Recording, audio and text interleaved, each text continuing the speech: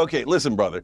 As you see me bitch slapping you right here on national airwaves. The only thing you can bitch slap. What part of that seems like cozying up? What's the part of that seems like cozying up to the right? I think you're an idiot. I think you love that coup on January 6th. I think you hate our democracy. I think you hate our Constitution. So what part of that is cozying up to the right wing, bitch?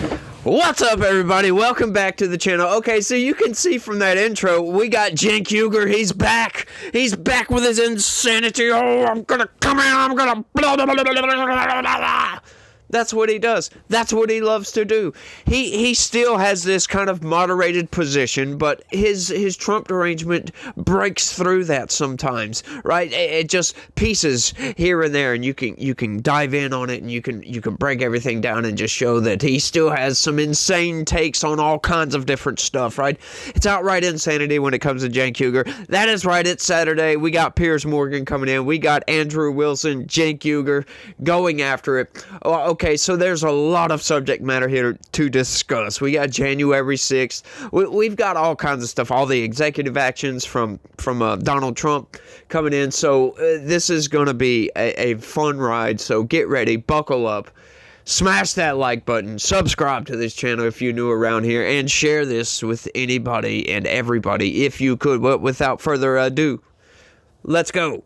At all. I mean, that's what he was doing. That's what he was framing it, though. Yeah, no, listen, I don't. And Cenk, I do not agree with that. I don't think all the 1,500 were violent. In fact, we know for a fact they weren't. A lot of them were not convicted of violence. Yeah, I didn't say that. You did say that. So look, no, all right, whatever, dude. So on the Young Turks, we've been super clear about this, and as always, we're the one guys set of people who are fair.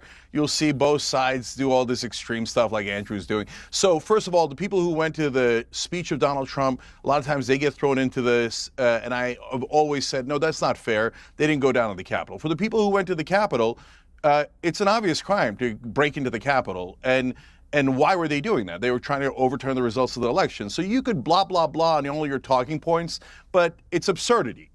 Obviously, they were trying to hurt our democracy. They were trying to steal that election. And were some of them violent? Were all of them violent? No. Were some of them violent? Obviously. We have eyes and ears. So you can do all the propaganda you want, but we just watch the tape of them trying to beat the crap out of the cops. I thought you guys cared about cops. I care about crime. I'm against crime. And, you know, and we take heat sometimes from the left because they think that crime is a right-wing narrative and doesn't actually exist. Well, the voters just showed you it does exist, and they're pissed about it. But they're also pissed about it when you go beat up cops for Trump. So look, I'm past it because the American people voted. They put Trump back in office, and that's pretty definitive. I didn't want that, but it happened, right? But if you're going to try to do revisionist history, that these were some patriots who showed up for a picnic, but oh golly gee, there was a Capitol, so they started to bust in and beat the living crap out of the cops, and oh, he lost the election, but oh no, it was stolen, so they go and try to do a coup attempt. I hate it. I think it's a terrible precedent, and I think every time you guys defend it, you sound absurd, and it sounds like overwhelming, ridiculous propaganda. Andrew? Yeah, what it's about is a fair application of law. And there has not been fair application of law here. Cenk himself cannot even do fair application of law. At the same time, he says, oh, they're trying to coup and overthrow the democracy. It's exactly what happened May 30th when they were attacking the White House. They were attacking Secret Service agents. They wanted to get in there. And all he could do was whine about how Trump had to get sent to a bunker. Where was his outrage about the coup d'etat? Where was he when Black Lives Matter was burning down cities? There was no coup on May 30th. It was a protest. He was saying instead, Cenk, I didn't interrupt you once. Do you think he calmed down for me? So anyway, what's going on, very simply, is that he has the revisionist history. While at the same time, the Democrats are saying, you got to stay home and stay masked up. They're telling other people, go outside, burn down cities, make Chaz chop, a nice free independent zone. I don't know how you could say that that's anything other than an insurrection to say that this is now no longer part of the United States government, have your own armed militia there. The entire 9 yards, May 30th, they attack. And this guy says nothing. Suddenly, J6, though, oh, my God, they're violent extremists. They're going to overthrow democracy. It's all nonsense.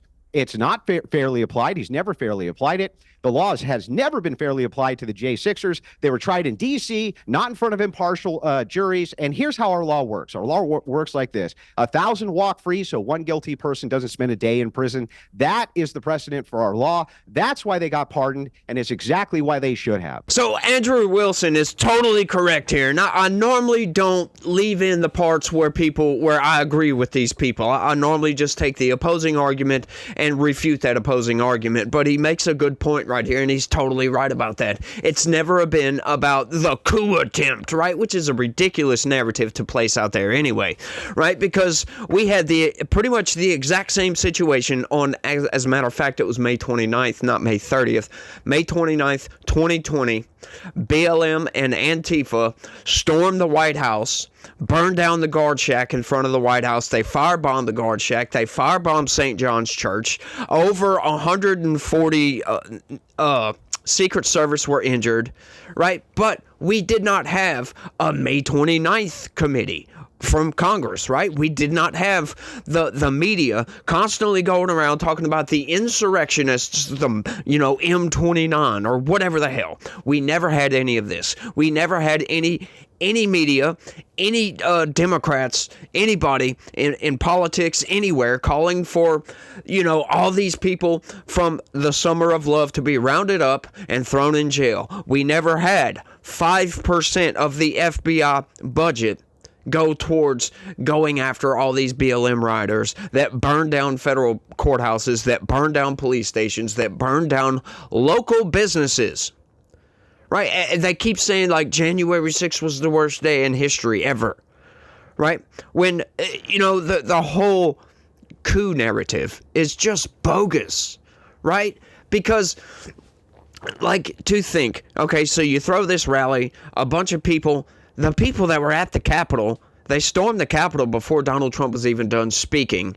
But most of those people at that rally, the vast majority, did not even go to the Capitol. So we don't know what the hell's going on with that. But to throw out the idea that it was a coup attempt, right? That you must buy into. It was a spontaneous coup attempt because there was no plan by anybody. I'm sorry. They tried to give seditious conspiracy to the Proud Boys and the Oath Keepers, and that was just a garbage narrative. There was never any evidence for this. They got found guilty anyway, regardless of the evidence, just because they were there.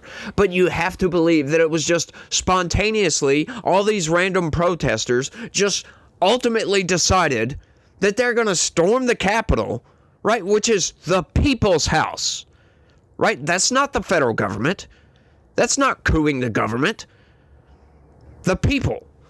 They're going to overthrow the people's governmental body. That makes no sense as a coup attempt. Makes absolutely no sense whatsoever. They're going to overthrow the government here. Blah, blah, blah, blah, blah. Overthrow Congress. Okay, so these people are citizens. Voted into office to represent citizens. How is that overthrowing the government? Nobody can ever explain this, but it's just these garbage narratives coming from these people, and it's the equal application of narrative, if you will. Equal application of the law, equal application of anything. When anybody on the right commits any sort of violence, it's the end of the freaking world. But when the left does it on a vast scale all across the country, that's just normal. It's mostly peaceful. That's what they said. That's what the narrative was. Right? And then we have people advocating for this. We had politicians like Kamala Harris making GoFundMe accounts to get rioters out of jail. It's just insane. Insane. And then they go off talking about Donald Trump pardoning peaceful protesters. We've gone over this several times, right? That about 200 people were actually fighting with cops. 206 to be exact. And a lot of those people, you won't get, this is something you will not get from the left at all. Never, ever in a million years will you get this from the left, from any BLM protester, from any Antifa, anybody on the left. You will never get this whatsoever at all. You just will not get that right there. Refusing the pardon. Because These people take accountability for their actions. He fought with cops. He destroyed property. He deserves what he got. Absolutely. And, Donald Trump pardoning a lot of these people is the right move. It's completely the right move. And anybody that has a spine, that knows they did wrong, that knows they shouldn't have fought with cops, blah, blah, blah, they will refuse. Like that says, another. So that means there's more than one. There is more than one. There's more than two refusing these pardons. They all don't make national headlines. But this is something you never get from the left. And these people will go to the grave with the argument, oh, well, it was a coup attempt. Even though they can't prove it was a coup attempt. It's never been proven. There's no evidence to show that it was a coup attempt. I would love for anybody out there to give me that evidence. Give me a link. Give me a video. Give me something that is proof that it was a coup attempt. Some text messages, documents, court documents, anything. I would love to see that. But until then, let's keep going. What we're disputing is that you can just come in illegally, have a child on American soil, and then try to anchor yourself to that child. That is not in the spirit of what we're even talking about. Of course, Trump wants to end it. It's bad policy across the board. It's always been bad policy across the board. And I hope the Supreme Court, it gets challenged by the Supreme Court so we could get it in front of them so that they can interpret it correctly, because that's not the way this is supposed to be applied. Cenk? Yeah, so first let me address what he said, and then I'll come back to this. So look, guys, what happened on May 30th was nothing but a protest. But if they attack Secret Service guys, then they should be arrested. That's a violent crime. I'm principled on both of those things. And in Portland, when they took over a portion of the city, I was against it. Like, well, that's not a thing. You don't get to take over a portion of a city. I was against it when gangs took over apartment complexes and buildings in Colorado. So if Trump stays with things that the American people are in favor of, getting rid of the violent felons that are undocumented here, that's going to be very popular, whether the left likes it or doesn't like it, right? But when he goes too far and he goes to things like birthright citizenship, then people are going to push back. And that's when it gets interesting. Is Trump going to double down and go, no, I'm going to, go to demagogue on this and get you people to hate foreigners coming in, et cetera, and I don't care what the Constitution says, and we're going to change the way America is, and you're no longer an American if you're born here. We're going to judge you based on, where you're from, et cetera. That'll be very unpopular. Does he dig in, or does he, as he does sometimes, go, man, you know what, I gave it a shot, didn't work, and retract? I hope that that's the direction he goes, because look, brother, if you have a problem with a part of the Constitution, you need to go through the right process. You need to go and do an amendment. Like, I want to do an amendment to get money out of politics. But when Biden was in office, I didn't think he should just come in and go, forget what the Supreme Court said. Forget what the Constitution said. Let's go nuts and do whatever the hell we want. That's not how it works. Well, Cenk, you know what? Actually, that is how it works, because all of these executive orders are going to be challenged, and they're all going to go to court. And you know what? I hope this makes it all the way to the Supreme Court, because this is a question that needs to be answered that wasn't clearly answered, because I know a lot of people like to cite, was it Kim Wong, I believe, was the Supreme Court case. Like, there was 2 court cases on this.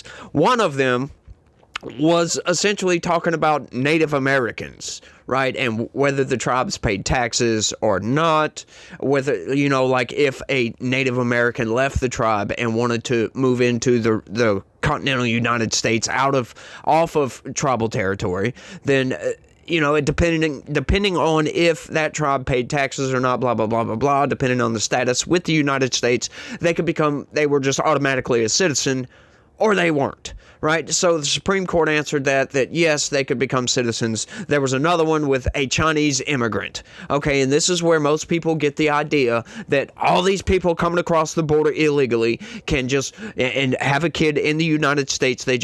Those kids just become citizens. That's garbage. That's nonsense. You go back to that case and you read through the subject matter on that Chinese immigrant that they're talking about here, right? Though their parents were not U.S. citizens. Okay, so when they had the kid, but the problem with that is they were in the process of becoming U.S. citizens. They didn't come in illegally. They came in on a visa, blah, blah, blah, blah, blah. They came in the right way, right? Now, the 14th Amendment, this needs to go to court. I've been making this argument for a while. The framers of the Constitution, the framers of the 14th Amendment said it in writing, under the jurisdiction thereof. In other words, not subject to another jurisdiction, right? These people coming in that are citizens of another country are not subjects to this jurisdiction. They are citizens outside of the United States. When they come here to manipulate our Constitution for the purposes of anchoring themselves to this country, okay, we need stipulations for this. We need writing. We need law. We need legislation around this to clarify these positions, because right now it's just an open question. It's left up to interpretation of whoever wants to think of what jurisdiction thereof means. That's exactly what it is. It's just left up to interpretation. So Donald Trump coming in with this executive order is going to answer this question, right? There's several questions that need to be answered, right? Like abortion. Like, is a person created in somebody else's belly an actual person? These questions need to be answered, because all persons, you get it, right, under the Constitution, have rights, have everything under the Constitution. So we need to decide, are these persons under our jurisdiction or not? And I think this is a good way to go about doing it, because for one reason, you're never really going to get a criminal alien, right, suing the United States government to go to court to make sure that their kid is going to become a citizen. That's never going to make it to the Supreme Court. They're going to get booted out of this country before, right, especially under Trump. So the fact that he's going through it this route, the executive action route, that's a good idea, because it's definitely going to get challenged. As a matter of fact, all of these are going to get challenged. This is one of the most ridiculous countries for lawfare in the world, if you will. We sue for anything and everything, right? Donald Trump wants to make an executive action about this. The left sues him into oblivion over it. We waste so much freaking money on lawfare that it's ridiculous. It'll make your freaking head swim. Like, just, you'll be dazed and confused for weeks on end. But I'm just saying, this needs to be answered, because in my interpretation, these people are not subject to our jurisdiction because they came in illegally. And if they came in illegally with a pregnant woman, right, for the intention of manipulating our system so they can anchor themselves to this country, that's clear manipulation of our Constitution. That's clear manipulation. It's just garbage outright. These people should not be allowed to do this. And to argue otherwise, I don't see the argument here. Are you really arguing that we should be allowed to be manipulated in such a manner? Just because, you feel like they should be citizens just because they're born on our soil. Makes no sense, right? If somebody breaks into your house and, cuts their arm on your window as they're breaking into your house, right? This would be the same argument as you feeling bad for them, calling for an ambulance and then paying for that doctor bill for them because they broke into your house and cut their arm on the glass. That's you paying for that. Paying for the ambulance ride, paying for the doctor's visit, the stitches, whatever it takes. That's what that speaks to me. Now, I don't know if that argument is convincing enough for you, but hopefully it is. Let's keep going. Cenk, you said about Elon Musk. Let's take a look at what he did, just to remind everyone who may not have seen it. This one really mattered. And I just want to say thank you for making it happen. Thank you.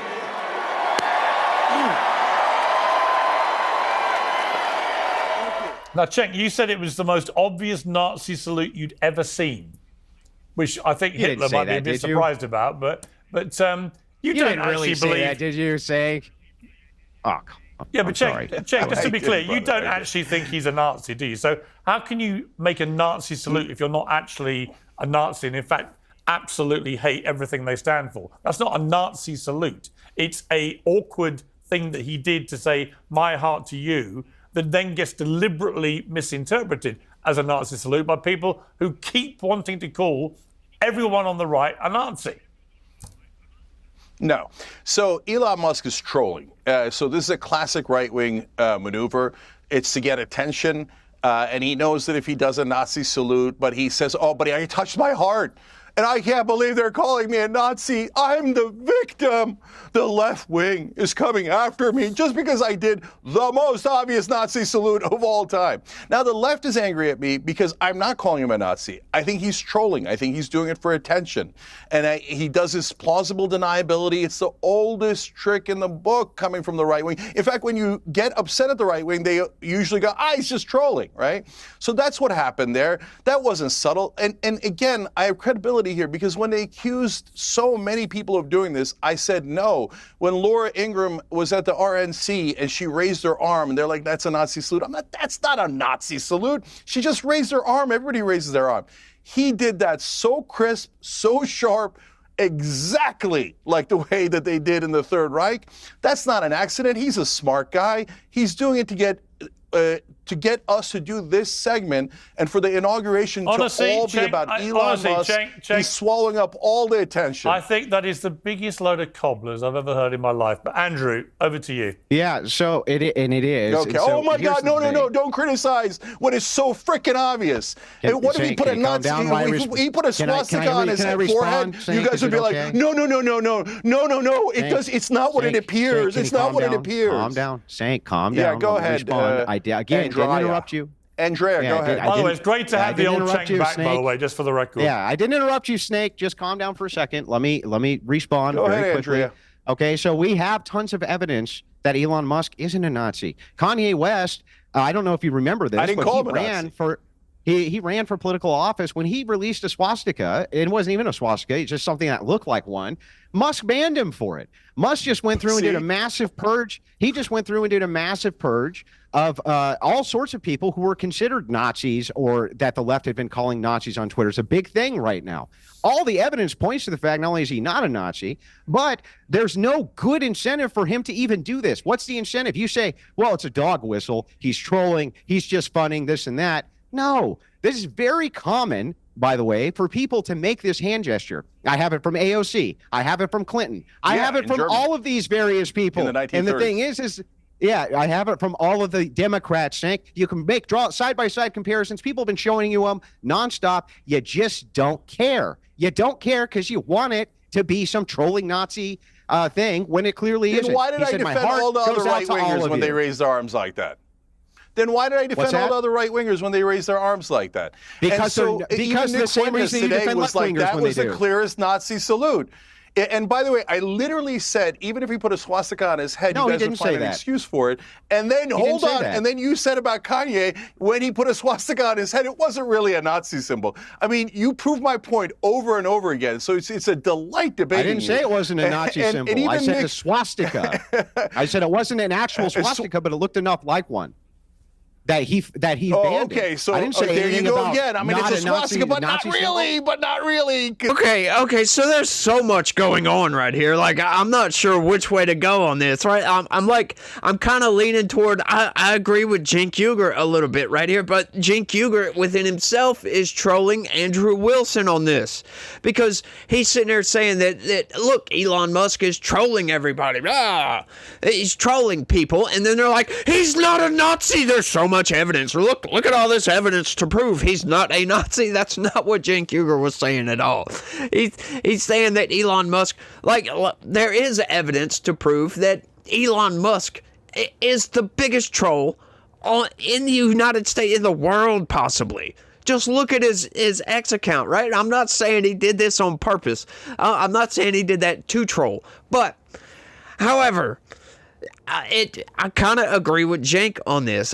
Once again, I don't know where to fall because there's so much going on with this. They're arguing past each other. And then Cenk Uygur himself is trolling Andrew Wilson on this. Right? It's like goading him into making the argument that he says he's going to make. Right? It's just funny to watch all this go on. Right? Like, once again, Elon Musk, he's clearly dislikes Nazis. So I'm going to get that out of the way right quick. And I don't think he did it on purpose to troll.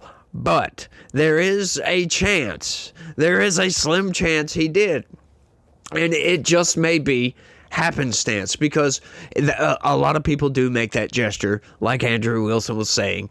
But it's just funny because he says there's no evidence, but yet Elon Musk is one of the biggest trolls. He is an expert at trolling people, as a matter of fact. I'm sorry, that it's just this. He bought X just to do. He spent $44 billion freaking dollars to be the most popular troll in the world. So to say this is not a troll, yeah, I'm not sure about that. It's definitely a possibility that he did that on purpose. I'm not saying he did. Not saying that whatsoever, but it is funny to watch people argue the other side. Oh, no, he's not. He's not a Nazi. Hey, why would he do that? Blah, blah, blah. To troll people, to troll the left, to watch these people just go hysterical. That's the point of trolling. Everybody on the right knows he's not a Nazi and that he dislikes. Nobody likes Nazis at all. Like, well, except for Nazis. But aside from those people, which are despicable people, in my opinion, because they hate just to hate. Just for, oh, let's hate something, and that's the reason. Let's just do it because they want to, for some reason. Rebel against society, because society is crap. I really don't know why you would sign on to some ideology of hate. Makes no sense to me, right? That's why I don't understand these woke people talking about, oh, we're so tolerant, except for the right, or except for anybody not in the cult. We can't tolerate anybody that's not in our cult. But we're tolerant, y'all. Could be a form of trolling, if you ask me. But I just love this debate. I love this timeline we're in right now, right? Like everything that's going on with Trump coming out, bringing the hammers. As a matter of fact, it's more like a sledgehammer. He's dropping a meteor like Madara or something just on the entire Shinobi Alliance. It's crazy. I mean, you just gotta love everything. I know, esoteric reference right there. Y'all don't know what I'm talking about. Look it up. Madara drops a meteor on the Shinobi Alliance. Go check out that clip, and you'll see exactly what I'm talking about there. But if you don't watch anime, you probably have no idea what's going on with that. But it's just funny to watch what's going on right now. Just Donald Trump coming out and promises made, promises kept, and he's going further. Right? I'm still waiting, though. I'm still waiting for the end of that Ukraine war. I would love to see an end to that war. He's threatening Putin with sanctions, which, I talked about the other day. Joe Biden did that and placed the most sanctions he could on Putin, on Russia. As a matter of fact, like 8 or 9 different times. It's like, why would you remove the sanctions? Because that's the implication, right? But why would you remove the sanctions in the middle of a war? Makes absolutely no sense. But, they wanted this war to go on because they have to fund the military-industrial complex. These guys over there in the military were like, hang on, all these bullets are expired. We need new bullets. Well, we can't just increase our budget for this. We've got other things, So how are we going to get new bullets? Joe Biden's like, I got an idea. And just does nothing to stop Putin from rolling into Ukraine. Which is nothing. He waits until after he invades to issue the sanctions on Russia. That's just a boneheaded maneuver. It's just weakness coming from Joe Biden. Weakness. That's all Joe Biden exerted was weakness on the world stage. Everywhere he went. I don't know why. Who thought it was a good idea to put Joe Biden up as president of the United States? We could have come up with somebody better. Like almost anybody would have been better. Gavin Newsom. Something. Right? At least Gavin Newsom, it has his mental faculties in check. Somewhat. Okay, so Gavin Newsom's not a good example, but you get the point, right? We could have put up somebody.